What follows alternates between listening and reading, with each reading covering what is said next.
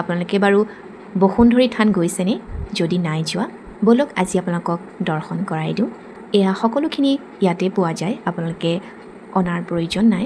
আৰু এই থানভাগৰ মহাত্মৰ কথা মই বহু আগতে মোৰ ভিডিঅ'সমূহত দিছোঁ। আমি প্ৰতি বছৰে ইয়াত আহি থাকোঁ আৰু এই থানৰ যি মহিমা সেই বিষয়ে মই নতুনকৈ নকওঁ বাৰু। মোৰ ইউটিউবতো মই ভিডিঅ' দিছোঁ, ফেচবুকতো আগতে দিছিলোঁ। বহুত মানি এইভাগ থান, যিসকলে অহা নাই আহিব আৰু প্ৰথমবাৰ যদি আপোনালোকে চাইছে মোৰ ভিডিঅ'টি সম্পূৰ্ণকৈ চাব। প্ৰথমেই আছে গণেশ বাবাৰ মন্দিৰ, তাৰ কাষতে আছে বসুন্ধৰী মাৰ মন্দিৰ।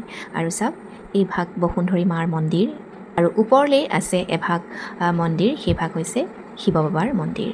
আৰু ইয়াতে আপোনালোকে যদি প্ৰথমবাৰ আহে তেন্তে হ'লে এটা নাৰিকল লৈ আহিব, নাৰিকলটো লৈ আহিবই লাগে। আৰু আপোনালোকৰ যদি কিবা মনৰ আশা থাকে তেন্তে হ'লে সেইটো লৈ ভাঙি ইয়াতে নাৰিকলৰ পানীখিনি মাতাক দিব, এনেকুৱা এটা নিয়ম আছে। আমি বহু বছৰৰ পৰা তেনেকৈ কৰি আছোঁ, গতিকে আপোনালোকে আহিলে নাৰিকলটো লৈ আহিব। মন্দিৰ ভাগত সেৱা কৰিলোঁ। ওপৰত শিৱ বাবাৰ মন্দিৰ আছে, এইভাগ মন্দিৰ।